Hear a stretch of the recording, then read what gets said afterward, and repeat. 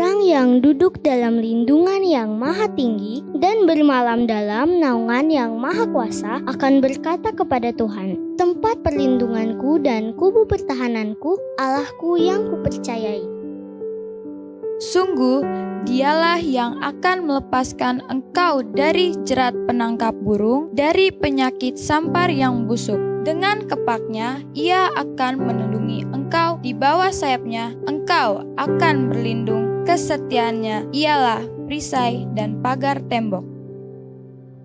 Engkau tak usah takut terhadap kedahsyatan malam, terhadap panah yang terbang di waktu siang, terhadap penyakit sampar yang berjalan di dalam gelap, terhadap penyakit menular yang mengamuk di waktu petang.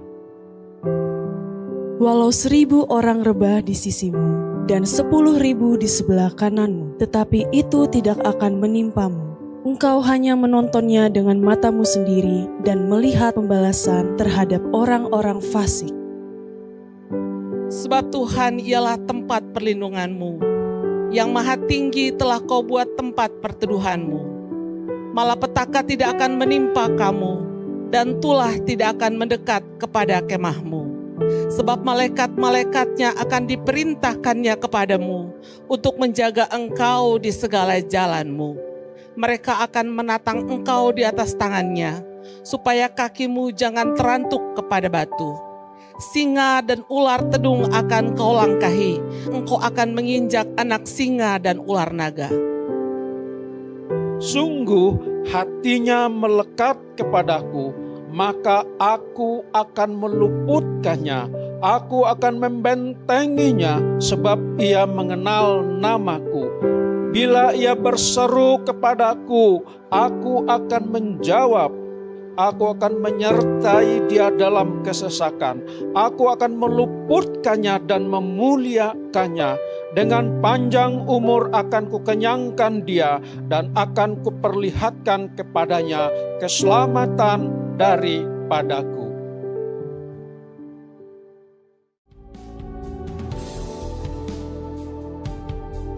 Pentakosta ketiga adalah pencurahan Roh Kudus yang dahsyat di zaman ini, melebihi yang terjadi di Azusa Street. Pentakosta ketiga akan mengakibatkan penuaian jiwa yang terbesar dan yang terakhir sebelum Tuhan Yesus datang kembali.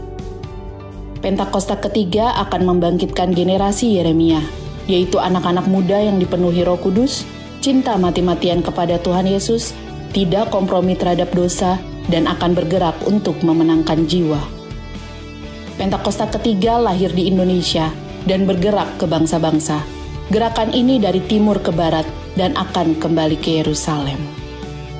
Pentakosta ketiga akan memberikan kuasa untuk menyelesaikan amanat agung, dan setelah itu Tuhan Yesus datang kembali.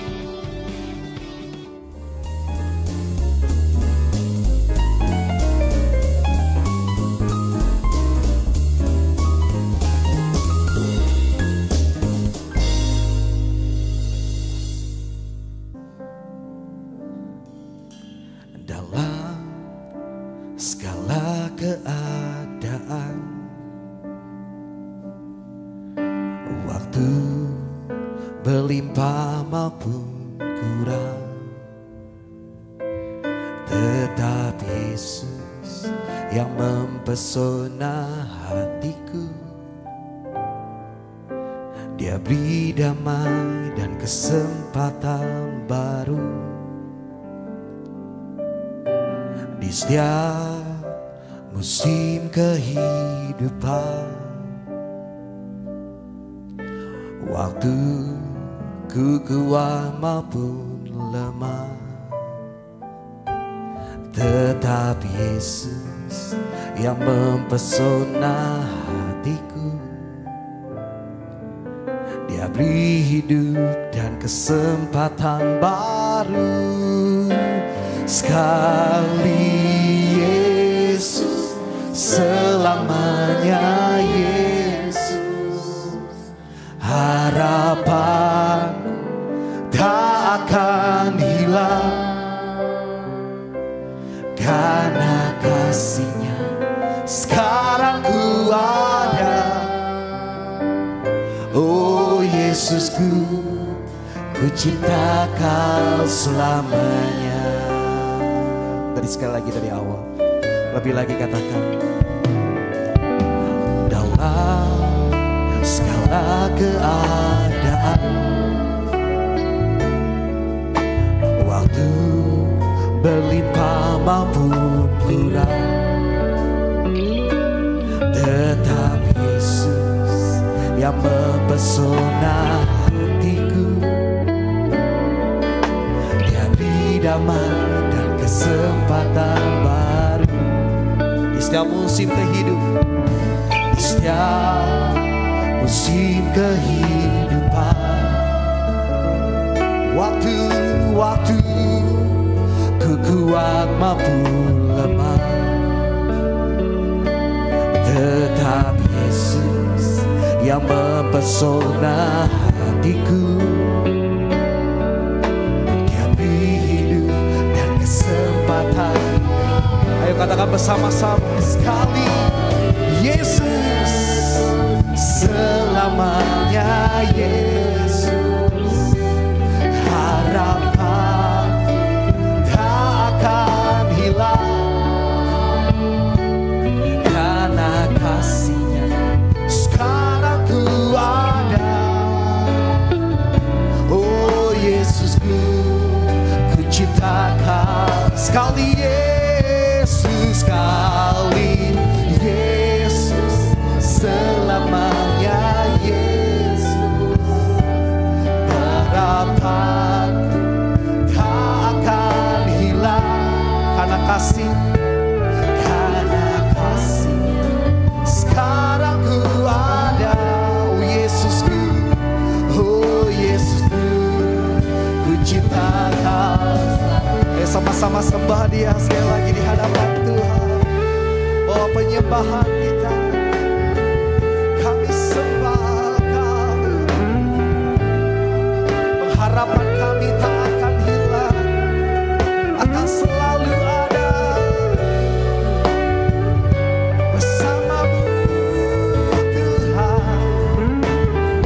Kami percaya hidup kami aman di dalam-Mu, hidup kami aman bersama-Mu. Tidak akan pernah goyah kekuatan iman kami, biarlah hanya Yesus. Oh ya Rabbana Syanda Rabba ya Rabba ya Rabba. Boleh saya undang kita untuk bangkit berdiri bersama-sama, katakan sekali, Yesus selamanya, Yesus harapanku tak akan hilang, karena kasih-Nya sekarang ku ada. Oh Yesusku, ku cinta Kau selamanya. Lebih lagi, Pondok Gede Plaza katakan sekali, Yesus selamanya, Yesus harapanku tak akan hilang, karena kasih-Nya, karena kasih-Nya sekarang ku ada. Oh Yesusku, ku cinta Kau sekali, Yesus sekali. Saya mau undang Ibu Gembala. Harapanku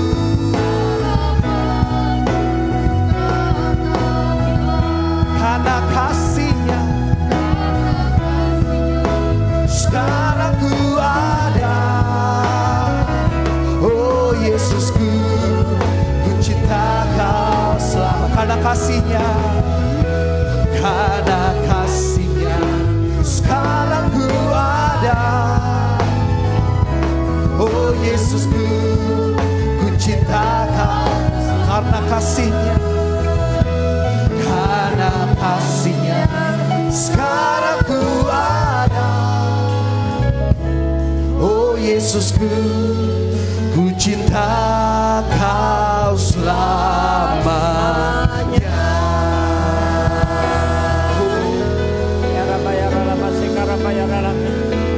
lihat sorak-sorai yang dahsyat buat Allah kita.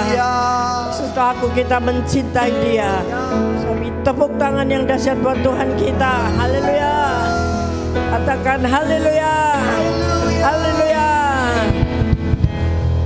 Aku selalu mencintaimu Tuhan.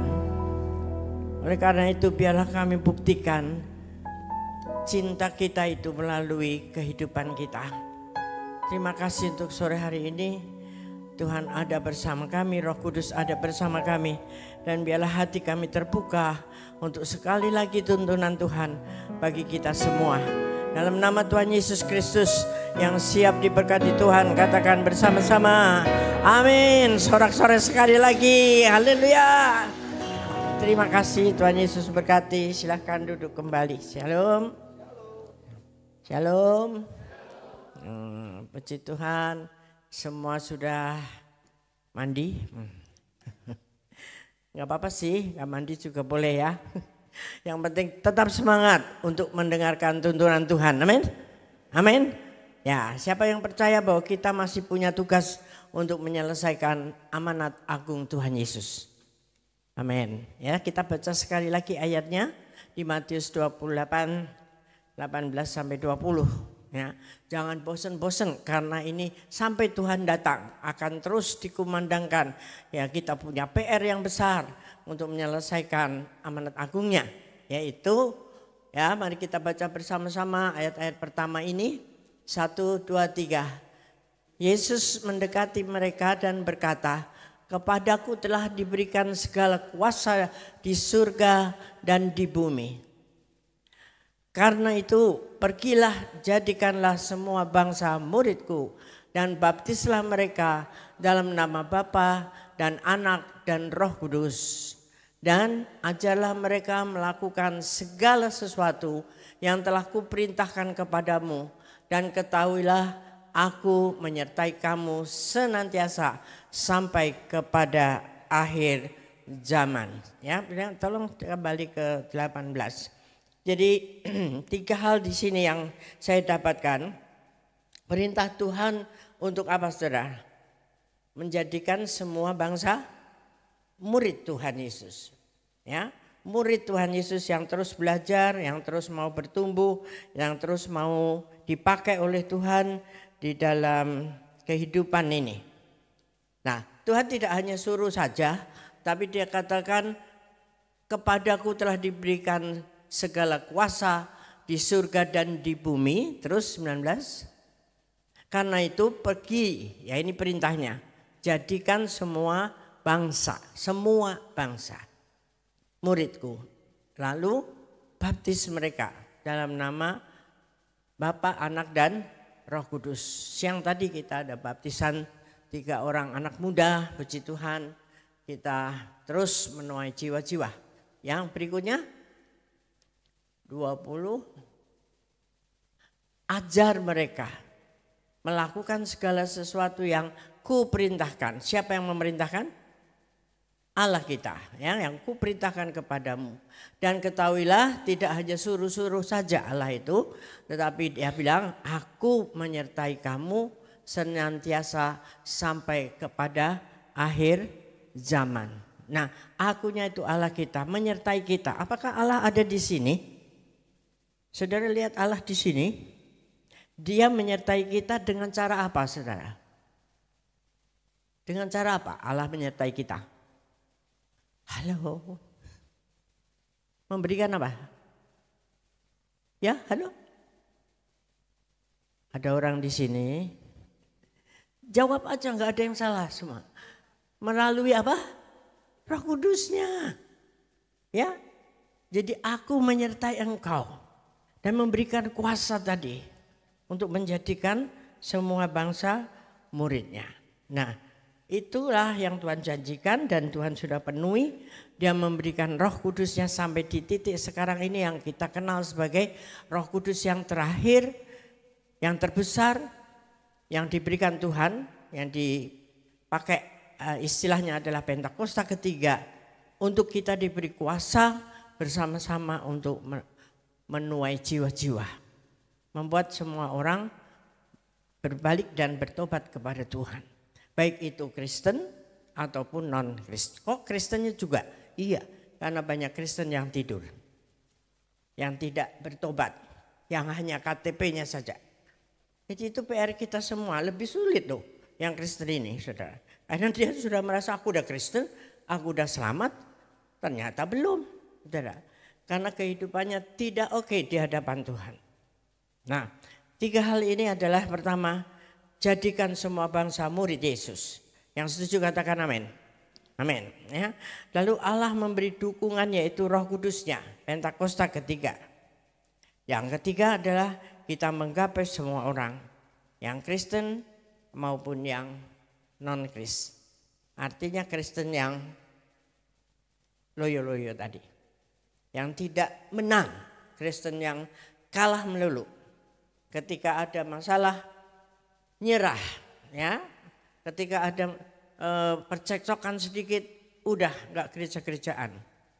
Nah inilah yang perlu kita jangkau bersama-sama melalui visinya Gembala Pembina kita sekarang adalah reach everyone.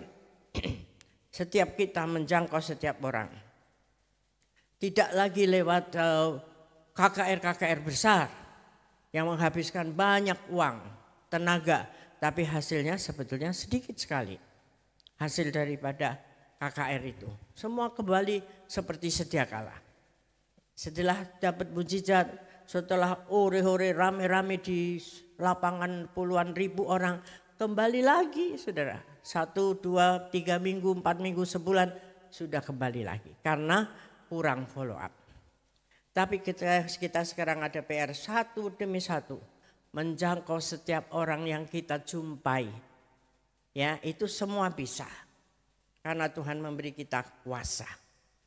Nah cuman sekarang pertanyaannya adalah ketika kita sudah diberi kuasa, ya kita sudah mengerti setiap orang harus kita jangkau, tetapi kehidupan kita tidak terbuka terhadap orang lain. Tidak punya hubungan yang baik dengan banyak orang. Dalam keluarga inti sendiri aja cekcok melulu. Tidak ada satu kesatuan. Bagaimana kita bisa berbagi untuk menjangkau jiwa-jiwa.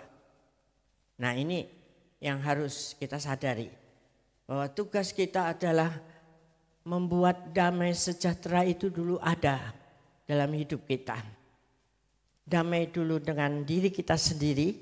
Jangan ingat-ingat masa yang lalu. Ketika kehidupan masih kelam, masih banyak hal-hal yang tidak mengenakan dalam hidupmu. Tapi Tuhan sudah selesaikan, engkau sudah diberkati sekarang, sudah happy-happy, tapi tetap aja masih ingat hal-hal itu. Hidupku tuh dulu tuh begini. Itu adalah intimidasi iblis yang membuat kita tidak maju lagi. Tapi bahkan mundur. Buat apa saya menceritakan orang lain, sedangkan aku sendiri punya masa lalu yang kelam. Tapi masa lalumu itu sudah dibayar lunas oleh Tuhan di kayu salib. Katakan amin. Jangan diingat-ingat lagi saudara. Kita sekarang punya senjata baru yang namanya Roh Kudus di Pentakosta ketiga. Yang terbesar dan yang terakhir sampai Tuhan datang kembali. Sekarang firman-firman selalu mengarah ke situ saudara. Ya, supaya kita itu ngeh. Bahwa setiap orang yang dihadirkan Tuhan di hadapan kita itu adalah dalam tanda petik mangsa-mangsa yang kita harus jangkau. Mungkin mereka cerita tentang kegalauan, cerita tentang percekcokan, cerita tentang kebangkrutan, cerita tentang sakit penyakit. Nah disitulah kita bisa menjangkau mereka secara pribadi apabila engkau sudah mengerti dan mengalami kemenangan bersama Tuhan. Nah kalau belum ya repot, ya nggak bisa cerita karena belum mengalami. Nah maka dari itu saudara kita perlu membangun hubungan dengan semua orang. Nah kalau secara roh hubungan di dalam gereja ini kita hubungan di dalam beribadah bersama-sama tetapi sangat terbatas. Saudara hanya mendengarkan dari mimbar ini. Memang firman Tuhan pedang bermata dua, ya semua bisa dijangkau melalui firman, ditegur, ya tapi untuk terusnya mau melangkah bagaimana nih saya nih. Untuk mau minta tolong didoakan, menyelesaikan masa laluku, hatiku, percekcokanku, bagaimana? Nggak ngerti. Tapi kalau saudara punya komunitas kecil tadi yang sedang ditawarkan, dikampanyekan untuk saudara boleh ambil bagian, masuk di dalamnya, membuat hubungan-hubungan yang indah di dalam kelompok-kelompok kecil sebagai keluarga. Jadi ada namanya KUL di tempat ini, Community of Love. Jadi kita mempraktekkan cinta kasih di situ, ya, supaya setiap orang itu bisa kita kenal dengan baik, bisa didoakan, bisa sharing. Kalau ada yang bersukacita juga kita bersukacita bersama-sama. Itu gunanya kita ada di kelompok-kelompok kecil. Lalu nanti orang-orang ini punya saudara atau teman atau tetangga yang lagi sakit atau yang lagi kerasukan iblis. Mereka cerita di situ, ayo kita doakan bersama-sama. Nah, disitulah kita menjangkau jiwa-jiwa. Katakan amin. Gak ada yang amin ya. Banyak pertobatan-pertobatan yang mantap itu terjadi di kelompok-kelompok kecil seperti ini, saudara. Karena bisa tanya, bisa saling menolong, saling bergandengan tangan merupakan satu tubuh Kristus yang nyata di dalam kehidupan ini. Ya, kita baca Roma 12 ayat 4 sampai 5. Roma 12, sebab sama seperti pada satu tubuh kita mempunyai banyak anggota, tetapi tidak semua anggota itu mempunyai tugas yang sama. Demikian juga kita, walaupun banyak adalah satu tubuh di dalam Kristus, tetapi kita masing-masing adalah anggota yang seorang terhadap yang lain. Jadi gereja ini disebut tubuh Kristus, dan gereja itu juga adalah hidup kita ini, pribadi kita ini sebagai gereja-gereja yang hidup. Jadi kalau kita punya tubuh secara jasmani ini punya banyak anggota, apakah ada satu bagian anggota tubuh kita ini yang saudara nggak suka? Mau dibuang aja? Ada? Nggak ada ya? Kalau jatuh patah kakinya dibetulin saudara, dibalut supaya benar kembali. Ada yang harus diamputasi karena luka, karena kecelakaan. Mereka cari kaki-kaki palsu atau tangan palsu supaya bisa berfungsi tetap. Jadi setiap anggota daripada tubuh kita ini berguna. Setuju enggak? Setuju enggak? Nah kalau tidak berguna kita buang aja lah. Misalnya saudara punya berapa jari? Semua ada 5 jari? Yang di sana musik? 5 apa 6? 5 ya. Ada ya yang enggak kepake itu? Oli? Yang kecil nih. Mungkin ribet buang aja. Ada enggak? Kerinduan itu ada enggak? Yang jelas jawabnya. Ada enggak? Tidak gitu dong. Ya. Gunanya apa sih kecil nih? Mancing. Perlu enggak itu? Perlu enggak? Coba bayangin nih enggak ada gitu. Saudara mau pakai apa? Nggak bisa keluar. Itu minimal itu. Ya, minimal. Gunanya pasti semua ada gunanya. Apalagi yang ibu jari ini. Kalau nggak ada, tangan kita nggak akan kuat ngangkat apapun. Walaupun masih ada 4.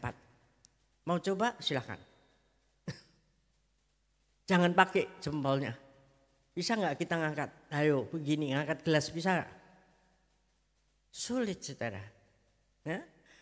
Makanya itu kita mempraktekkan ini di dalam kehidupan kita bergereja sebagai satu tubuh yang masing-masing punya talenta, punya karakter yang berbeda-beda, punya fungsi yang berbeda-beda.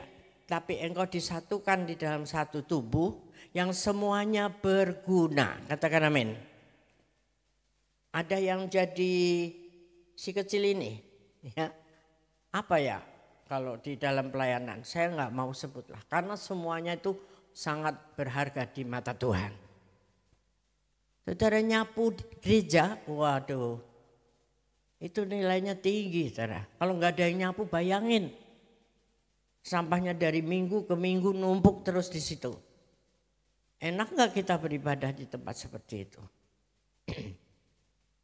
Belum lama satu saat ini saya pernah mencicipi, saya pergi ke satu gereja lain, GBI juga, cukup besar, saudara. Ya, kita datang disambut, itu pengerjanya, saudara, pakai jas, ya. Ada juga yang enggak, ya bukakan pintu mobil, selamat datang, silahkan masuk. Enak suasananya. Lalu keluar pulang dibukakan lagi, saudara. Terus kita masuk, dia bilang apa? Sampai jumpa minggu depan, Ibu. Mau jawab apa coba? Nah mungkin dong, kita tamu doang. Tapi itu di hati itu enak, ya kan? Jadi sambutan-sambutan yang seperti itu oleh asyur, saudara. Yang adalah orang-orang yang keren juga. Jadi asyur di sini juga keren, saudara. Bukan tidak ada artinya. Ini yang penting justru. Sambutan pertama di bawah itu. Mereka masuk dan mereka keluar. Kita sambut dengan baik. Ini adalah satu cara kita berhubungan satu dengan yang lain. Amin. Nah, mari kita lakukan. Ya dimanapun kita bertemu siapa saja. Walaupun dia seorang yang mengemis misalnya, kasarnya. Ketika kita bertemu atau dia datang ke rumah kita, jangan diusir-usir. Kalau saudara punya kue 2, kasih 1 atau kasih dua-duanya. Kalau nggak mau memberi, ya nggak apa-apa. Tapi nggak usah diusir-usir. Nah, ini adalah satu hubungan, saudara, dengan hadap siapapun, karena dia pun adalah ciptaan Tuhan yang Tuhan hadirkan di depan kita. Nah, kalau kita mau lebih jauh menjangkau dia, luar biasa. Orang-orang yang seperti itulah yang sangat membutuhkan kasih. Tukang-tukang sampah, ya, pemulung. Seringkali kita gondok juga sama pemulung itu, saudara, ya. Karena sampah diobrak-obrik, gitu kan, nggak dibetulkan lagi, mengotori. Tapi mereka perlu kasih kita. Berikanlah apa yang kita pasti bisa. Botol-botol kita yang bekas kumpulin, saudara. Jangan buang begitu aja supaya sampah kita nggak diobrak-abrik. Ya, siapkan bang, nggak usah diobrak-abrik. Nanti saya kumpulin, ini buat kamu. Bisa kita sediakan satu plastik khusus. Setiap hari berapa botol, berapa gelas yang kita mau buang, kumpulkan di situ. Jadi mereka nggak usah memilah-milah lagi. Itu sudah sebuah langkah yang sangat-sangat baik untuk orang lain. Mari kita mau berbagi, mau berbuat hubungan.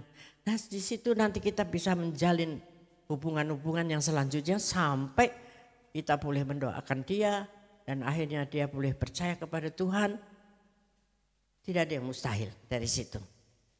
Amin. Teman-teman, anak-anak muda, ya, jangan alergi dengan yang non, tapi kita hati-hati, ya, tidak boleh masuk di dalam hubungan yang lebih dalam lagi. Tapi engkau boleh membuat jalinan hubungan yang baik supaya memamerkan kasih Tuhan kepada mereka. Itu tujuan. It's everyone seperti itu. Ingatlah bahwa setiap bagian tubuh ini punya arti. Jadi engkau bagian yang manapun punya arti. Tidak mungkin Tuhan menciptakan kita sebagai manusia tidak ada artinya. Walaupun orang itu terlahir cacat, ya, yang tidak punya tangan, tidak punya kaki. Ingat itu penginjil terkenal. Siapa namanya itu? Nick Vujicic, siapa? Ya, orang bule itu. Dia dulu sangat menderita. Tidak ada kaki, tidak ada tangan. Ya. Tapi jalannya hidupnya itu akhirnya dia ketemu hamba Tuhan yang boleh memulihkan hatinya dan dia menjadi hamba Tuhan. Sehingga keluarganya yang tidak punya pekerjaan, akhirnya dia yang menolongnya melalui pekerjaan dia sebagai hamba Tuhan. Berguna walaupun cacat. Karena semua kejadian yang jatuh dalam hidup kita itu adalah seizin Tuhan. Amin. Pemrosesan itu ada. Cacat-cacat ada dalam kehidupan kita. Tidak ada manusia yang sempurna. Mari kita makanya saling mengisi. Suami dan istri tidak ada yang sempurna. Kakak dan adik tidak ada yang sempurna. Ayah dan ibu tidak ada yang sempurna. Nah, kita harus mengisinya. Oh, dia kelemahannya di sini. Oke, kita berembuk bersama-sama. Mencoba untuk bisa berubah. Tetapi tidak terus pergi masing-masing meninggalkan. Bukan seperti itu caranya. Karena kita punya tugas menjadikan semua bangsa murid Tuhan. Amin. Ya. Filipi 2 ayat 4 sampai 7. Filipi 2 ayat 4 sampai 7. Dan janganlah tiap-tiap orang hanya memperhatikan kepentingannya sendiri, tetapi kepentingan orang lain juga. Yang setuju katakan amin. Terus 5, hendaklah kamu dalam hidupmu bersama menaruh pikiran dan perasaan yang terdapat juga dalam Kristus Yesus. Nah ini, kalau kita punya pikiran dan perasaannya Kristus, dunia akan aman, saudara. Kalau kita mau nyakitin, menghina orang, mikir dulu. Apakah Kristus punya perasaan yang seperti itu atau tidak? Pastinya tidak jawabannya. Ya, kalau kita mau membenci seseorang, mari kita kenakan perasaan Kristus, pikiran Kristus. Apakah seperti itu pikiran Kristus? Sehingga kita mikir 2 kali, 3 kali, 4 kali, 5 kali dan akhirnya kita tidak jadi melakukannya. Amin. Kenakan pikiran dan perasaan yang terdapat dalam Kristus Yesus.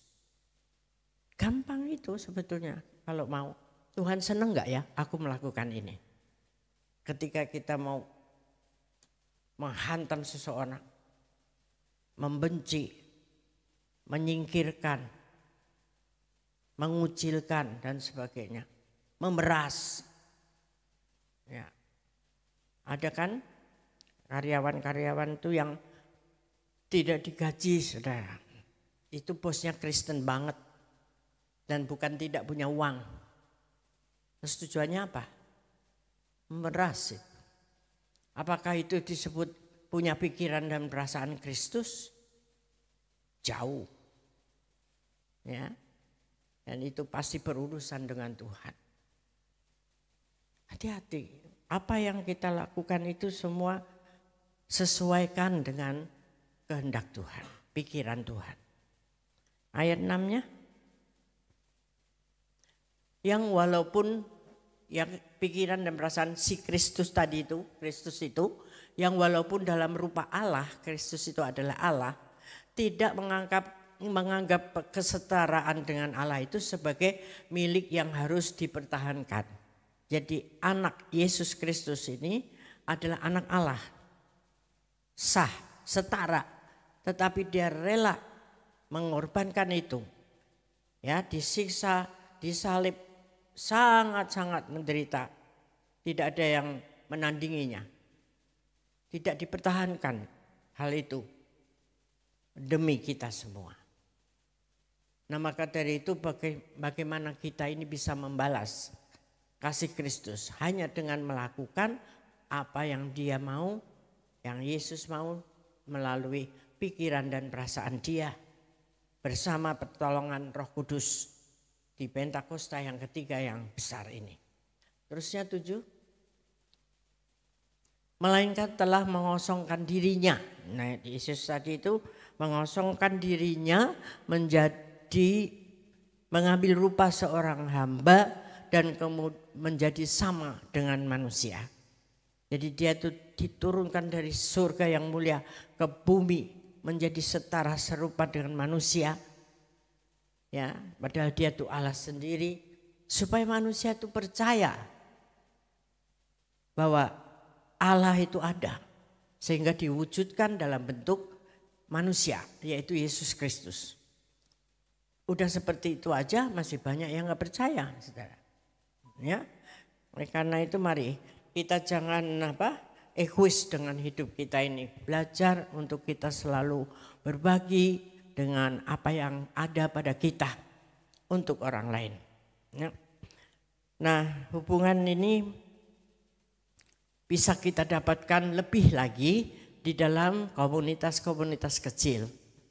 Cool, saudara bisa masuk dalam tim musik, bisa masuk di dalam pendoa, bisa masuk di dalam WBI, ibu-ibu, ya, bisa masuk di dalam apalagi ushers, ya. Nah itu kita dibentuk di situ menjadi satu kelompok yang saling menolong, yang saling care, peduli satu dengan yang lain. Tentu juga nanti ada beberapa masalah juga karena setiap orang punya pribadi yang beda-beda. Tetapi ketika kita pakai pikiran dan perasaan Kristus, kita bisa memenangkan masalah-masalah itu. Katakan amin. Jadi jangan beranggapan atau berharap bahwa di kul-kul ini selalu happy, saudara. Selalu semuanya oke. Banyak juga di situ ya toksik, saudara. Tapi bagaimana kita bisa mengajak mereka bersama-sama, ya, supaya mengerti pikiran dan perasaan Kristus. Tapi kalau terus dididik, dimuridkan, tidak mau berubah, ya sudahlah. Serahkan pada iblis, kata firman Tuhan. Orang-orang yang seperti itu disebut bebal. Bertahun-tahun tidak ada perubahan. Padahal moto daripada kul kita itu adalah kesatuan hati, tumbuh bersama, memenangkan jiwa. Ya, sebab kalau kita toksik tidak mungkin bisa memenangkan jiwa. Ya dong, ya, semua harus bersama-sama merendahkan diri, mencari kehendak Tuhan bersama-sama. Baiknya bagaimana menghadapi ini, yang satu begini, yang satu begono, ya. Tapi lama-lama kalau kita sudah bertahun, akhirnya sudah menjadi terbiasa, tidak ada masalah lagi. Malah tidak mau dipisahkan dari kul itu. Jumlahnya sudah banyak, tetap mau gabung terus. Nah, karena sudah merupakan satu kesatuan, merupakan satu keluarga. Tapi itu dalam proses terus. Nah, disitulah kita mau menjadi alat Tuhan memenangkan jiwa-jiwa. Hari-hari ini Pak Niko mencanangkan visinya, yaitu fokus kepada perkara yang di atas, lebih daripada yang di bumi. Ini fokus untuk visi ke depan, Natal dan tahun ke depan. Apa artinya? Kita memfokuskan setelah kita menjadi terang, bangkit jadi terang. Ini dijawab dulu, sudah atau belum? Dalam hati saudara masing-masing, sama Tuhan. Sudah November tanggal 17. 1,5 bulan lagi sudah ganti tahunnya. Ini tahun dari 2024 awal. Apakah kita sudah melakukannya? Itu dululah jawabnya. Jadi terang di mana-mana? Atau justru ada terang kita yang matiin terang itu? Gara-gara kita jadi gelap semua. Karena toksik tadi. Jangan, ya. Mari kita terus menerangi bumi yang gelap ini. Nah, lulus dari situ masuk berikutnya, langkahnya adalah fokus perkara-perkara yang di atas. Artinya lebih ke rohani. Jangan mikirin yang jasmani, yang daging. Keinginan-keinginan daging makin mati, saudara. Bukan mati beneran, nanti nggak bisa bekerja. Tapi matikan kedagingan kita. Keinginan kita tuh banyak sekali saudara. Kalau disakiti, diomongin, difitnah, pasti dagingnya berontak. Ya, awas ya, gue balas nih. Mata ganti mata, itu dunia. Tetapi firman Tuhan mengajar kita, kasihi siapa? Kekasihmu? Kasihi siapa? Musuhmu. Nah itu kelas paling berat. Saudara. Ada firman Tuhan. Ya, bukan dari GBI tapi itu firman Tuhan. Kasihilah musuhmu, itu paling top saudara. Ajaran daripada kekristenan ini. Nah, itu yang paling berat dan itu yang paling manjur untuk kita menjangkau mereka. Dengan cara mengasihi orang-orang yang benci kita. Kekuatannya dari mana? Hanya dari Roh Kudus. Kalau secara daging kita pasti nggak mampu. Ya, orang yang sudah menyakiti biasanya adalah orang-orang yang terdekat kita. Orang yang paling dekat, suami dan istri, ayah dan anak, ibu dan anak, anak dan anak. Yang terdekat itu paling terasa sakit. Karena kalau cuma sahabat atau teman, ya kita tinggalin aja udah lupa lama-lama. Tapi kalau ini serumah terus, kelihatan terus. Tapi apakah kita ada untungnya untuk kita mempertahankan sakit itu? Untungnya apa? Yang ada kita jadi sakit-sakitan. Karena menyimpan sakit hati. Betul? Banyak sakit kanker karena sakit hati. Itu dibuktikan loh saudara, secara medis. Karena ketika kita gondok gitu ya, mukanya cemberut terus, itu peredaran darahnya itu tidak lancar. Sehingga menggumpal menjadi darah kental. Lama-lama jadi bongkahan-bongkahan kecil-kecil. Kental, jadi kanker lama-lama. Dan mulai banyak dokter yang memakai pengobatan melalui hati yang gembira. Untuk kanker ini sembuh. Lalu makan makanan dibetulkan. Di Jepang sudah mempraktekkan itu. Jadi hati yang gembira adalah yang manjur. Itu firman Tuhan enggak? Loh, dokter-dokter bukan Kristen, tapi dia ambil itu saudara. Jadi semua firman Tuhan ini ya dan amin. Oke? Makanya harus baca firman Tuhan banyak-banyak. Ya, tidak hanya dibatasi dengan hebat. Saudara boleh baca berapa aja. Karena sekarang ini cuma satu pasal Bu ya. Satu pasal. Ini Ibu Dedi ini yang memicu kita untuk praktek hebat. Jadi kita bilang ibu hebat. Minimal itu saudara ikuti itu baca. Tapi tidak terbatas itu, cuma satu pasal. Yang kemarin-kemarin tuh 3 kali sehari seperti obat saudara.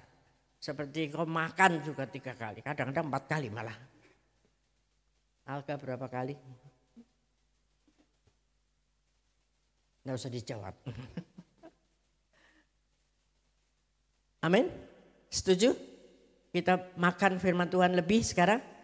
Ya, karena itu termasuk poin pikirkan perkara-perkara yang apa tadi? Di atas. Lebih daripada yang di bumi. Yang di bumi apa? Kentucky Fried Chicken. Apalagi? Stick 21. Kalau sayur asem kayaknya nggak terlalu dimasukkan. Pada nggak doyan anak muda tuh. Di belakang sana doyan sayur asem? Oh doyan, puji Tuhan. Luar biasa anak muda Pondok Gede ya. Yang di kota-kota sana tuh pada nggak doyan. Ya betul ya Bu ya. Padahal sayur asem itu yang bikin sehat. Bukan bikin asem ya. Pergantian musim. dunia ini. Makanan menjadi racun buat kita. Minuman-minuman, makanan-makanan yang dikemas dengan tidak benar. Kembali ke alam, pasti engkau sehat. Cintai makanan-makanan Indonesia kita yang sangat sehat. Luar biasa, pete is the best katanya itu. Siapa suka pete di sini? Oh, ini Pak Polo makan pete. Katanya itu obat apa tuh ya Pak ya? Jantung ya? Banyak loh makanan-makanan ya, tanaman-tanaman kita itu yang jadi apotek hidup sekarang. Makan, tidak usah makan obat. Tapi dengan iman tentu saja. Ya, tidak hanya mengikuti arus saja, tapi dengan iman percaya. Tuhan yang menyembuhkan dengan alat-alat itu. Dengan sumber-sumber daya itu. Percaya? Amin? Nah, jadi tahun ke depan kalau kita mendengar bunyi-bunyian, wah madsu, masa depan suram, Indonesia suram. Jangan percaya. Karena firman Tuhan berkata masa depanmu ada di tangan Tuhan itu adalah masa depan yang penuh harapan. Nah kemanakan tuh firman? Kalau kita dengar yang lain seperti itu, biarkan saja itu buat kau. Kalau enggak mau percaya Tuhan seperti itu, tapi buatku tidak. Ya, ini tahun apa itu? PH. Ya Kak Anto ya. 5785. Jadi 5-nya 2, Saudara. 5-nya 2 itu dalam arti itu apa tuh? Segala sesuatu yang tiba-tiba suddenly akan datang double. Berkat-berkat, kelimpahan-kelimpahan. Jangan bilang wah hitung-hitungan angka di sekarang Pak Niko nih. Enggak Saudara. Itu ada artinya. Dan kalau engkau percaya itu akan terjadi. 5-nya 2 depan sama belakang. Apapun yang engkau kerjakan minta Tuhan berkati. Bagianmu bekerja, bagian Tuhan memberkati. Katakan amin. Nah yang mantap sama Tuhan tuh. Ya. Tidak ada yang tidak bisa dilakukan oleh Tuhan. Nah jangan lupa ayatnya Matius 6 ayat 33. Untuk pikirkan perkara yang di atas lebih apa itu dia. Pasti sudah hafal ya, di luar kepala. Jadi suka lupa. Ya, apa itu? Yuk sama-sama. Tetapi carilah dahulu kerajaan Allah dan kebenarannya. Maka semuanya itu akan ditambahkan kepadamu. Cari dahulu apa? Kerajaan Allah itu nyarinya di mana? Kan nanti kalau kita mati, bukan Saudara. Kerajaan Allah itu adalah damai sejahtera, sukacita di dalam Roh Kudus. Dan kebenaran, ya, damai sejahtera, sukacita dan kebenaran di dalam Roh Kudusnya. Kalau sudah lakukan itu, cari itu terus. Hidup di dalam kebenaran. Disertai dengan Roh Kudus. Tadi itu pakai pikiran dan perasaan Allah. Nah kita gitu aja. Pikirkan itu aja. Nanti semuanya akan ditambahkan kepadamu. Yang setuju aja bilang amin. Nah kalau mau berkat, wah kenceng itu aminnya ya. Ya betul, aminnya aja. Semuanya loh. Apa aja semuanya itu. Tidak hanya makan minum. Tapi kesehatan, sukacita, damai sejahtera, pemulihan-pemulihan keluarga. Semuanya. Keamanan. Ya yang penting cari dahulu kerajaan Allah itu. Buktikan pada dunia ini bahwa ada kerajaan yang tidak tergoncangkan. Yaitu kerajaan Allah di bumi. Turunlah kerajaanmu. Jadilah kehendakmu di bumi seperti di surga. Jadi kerajaan Allah di bumi kita yang menciptakan Saudara. Supaya orang lain melihat. Oh bisa ya kita menikmati surga di bumi. Melalui kehidupan kita. Yang selalu damai sejahtera, sukacita, warga semua baik, damai, tetangga damai, dengan siapa aja damai. Nah, Tuhan memberkati secara materi, secara kesehatan, Tuhan berkati. Nah, semua orang melihat enak ya jadi dia ya. Ya jangan lihat enaknya aja, tapi prosesnya juga bayar harga mahal. Untuk mencapai itu kita harus mematikan kedagingan kita tadi itu. Karena kita pikirkan perkara yang roh, lebih daripada yang daging. Dihina, dibenci, nah itu adalah perkara daging. Bagaimana kita bisa meresponi itu? Masih kerasa enggak? Kalau dicubit pasti sakit, ya. Tapi kalau secara roh kita disakiti, ya, dibenci, dilecehkan, dibully, itu yang sakit tuh jiwanya. Tapi kalau jiwa kita sudah menyatu dengan roh Allah, gak terasa lagi. Sebab hidupku bukannya aku lagi, tapi siapa? Tapi Kristus yang ada di dalam aku. Jadi kalau nyakiti kita berarti nyakiti siapa? Kristus. Yang bela siapa? Kristus. Udah gak usah dipikirin saudara. Biarkan aja orang mau berulah apapun. Ya. Nanti Tuhan sendiri yang akan membereskannya. Sehingga kita tetap baik dengan orang itu. Kita tetap damai dalam hati kita. Tidur enak, makan enak, sehat hidupnya. Amin.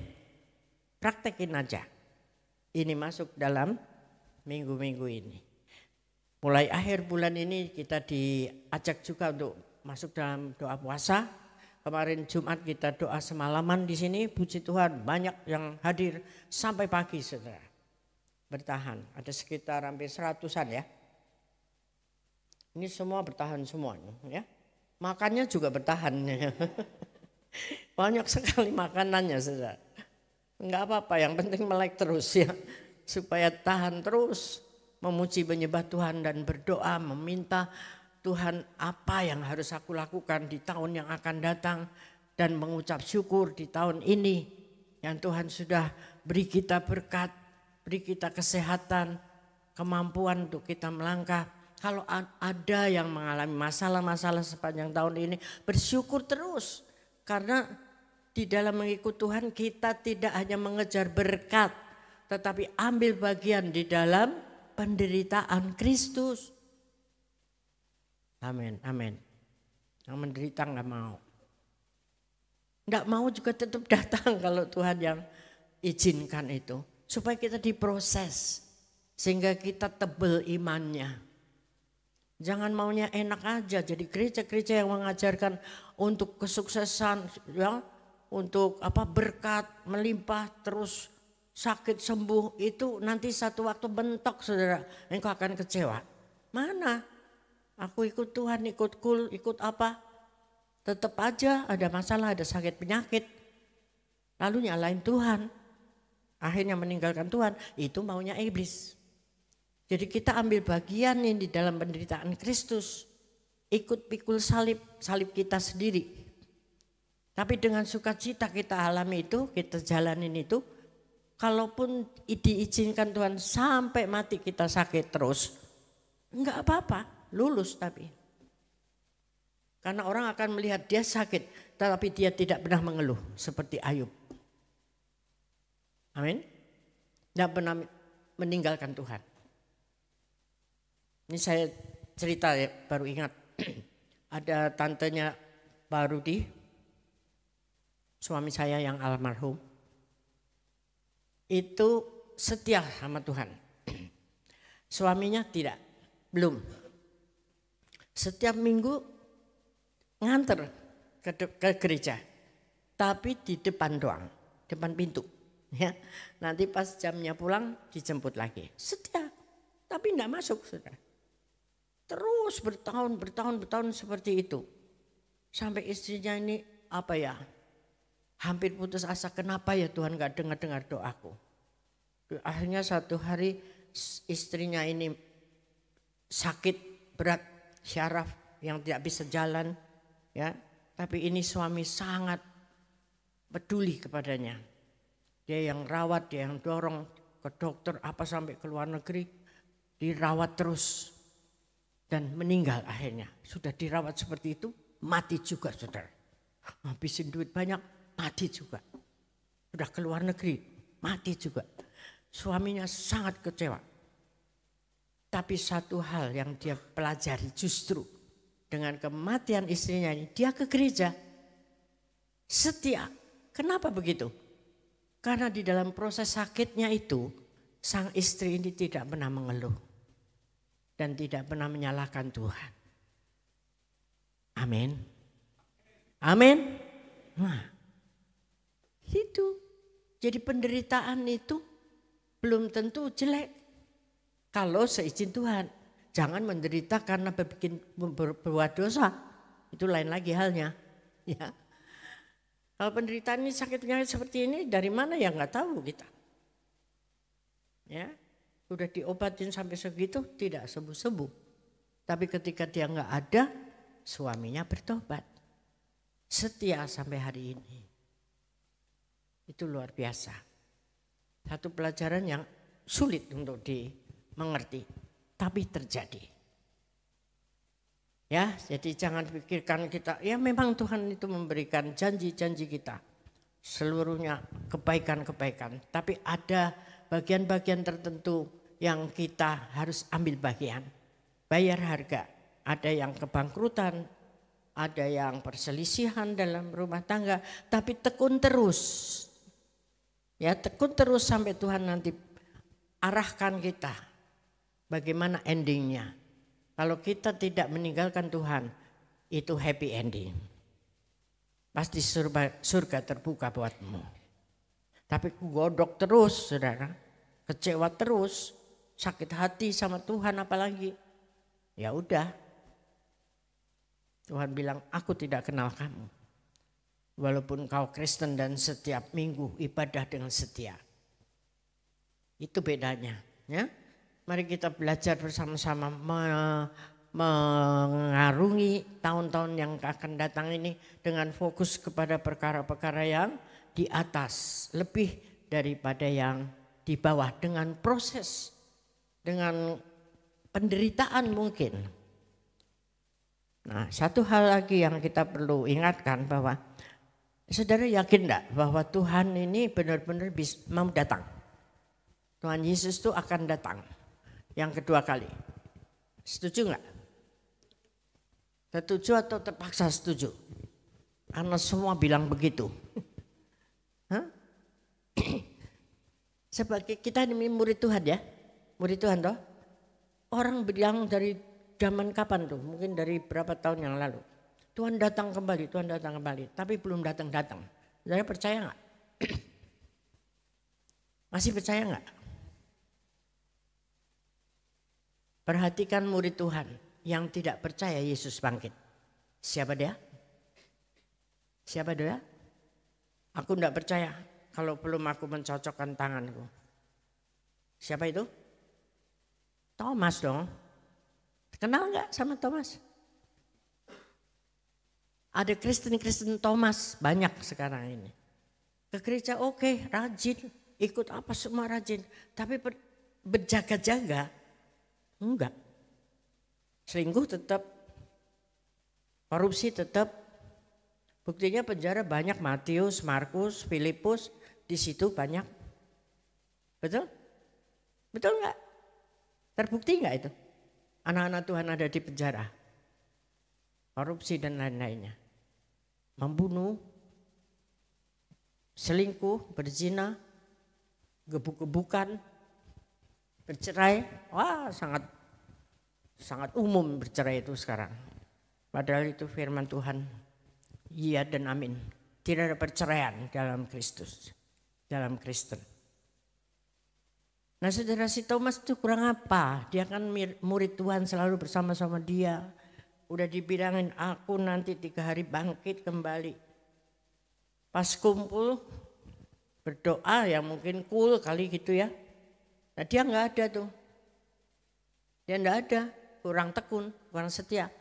Jalan-jalan, mungkin ke mall, mungkin beli gorengan, lapar, ya. Nah di situ Yesus masuk tiba-tiba. Nah ini yang dikatakan Pak Niko sekarang. Sesuatu yang suddenly akan terjadi. Hati-hati kalau kita nggak setia terus, saat kita meleng sedikit, suddenly sesuatu terjadi. Yesus datang misalnya, ya kita tertinggal seperti 5 gadis yang bodoh. Ya seperti Thomas. Miss, Tuhan hadir, dia enggak ada. Terus dia masih enggak percaya. Masa sih aku enggak percaya kalau aku enggak. Bukan dia minta ampun, aku enggak ada Tuhan gitu ya. Tapi dia malah enggak percaya. Tapi luar biasanya Tuhan Yesus. Seminggu kemudian ya hadir lagi. Dan dia panggil, Thomas ke sini. Nih cocokkan jarimu di lubangku. Tapi satu pesan Tuhan, ingat untuk kita semua juga. Yohanes 20, 29.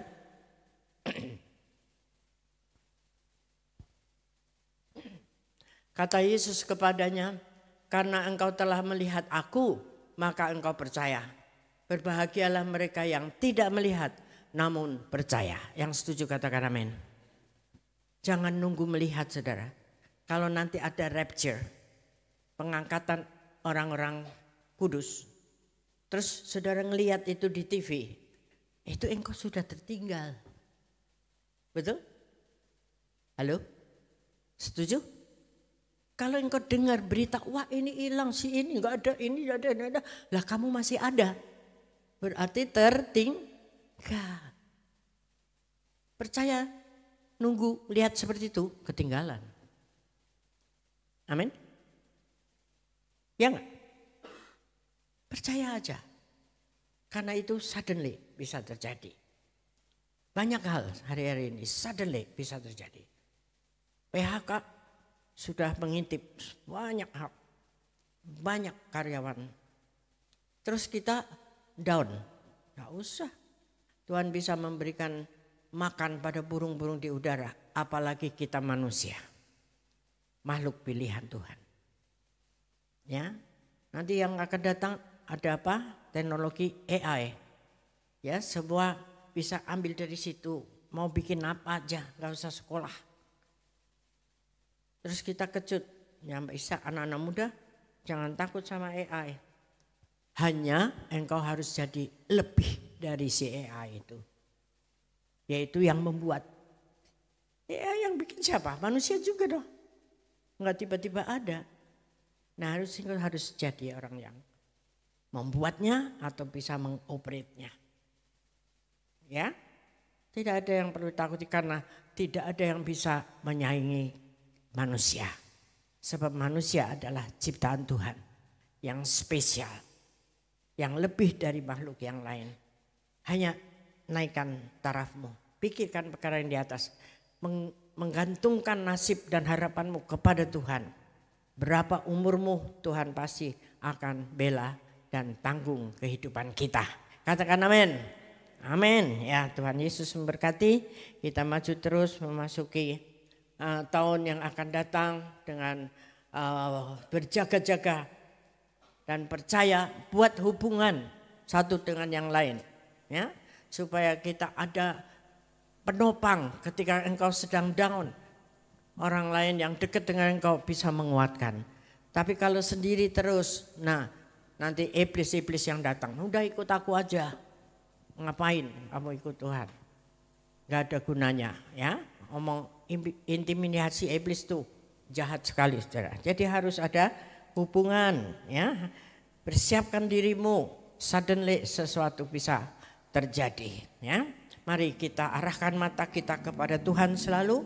Segenap hidup kita serahkan kepada Tuhan. Mari kita bangkit berdiri. Responi firman Tuhan mengatakan, mataku tertuju kepadamu Tuhan.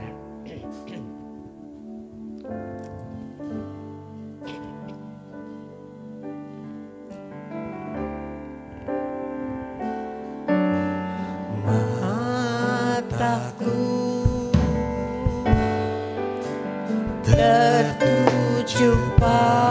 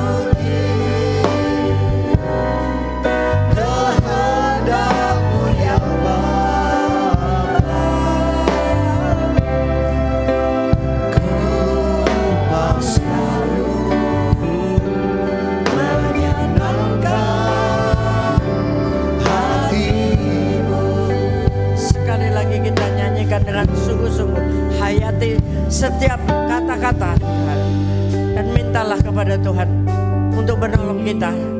Makin hari makin tertuju kepada Tuhan. Matikan daging kita. Dan sungguh-sungguh Tuhan membenahi hati kita sore hari ini.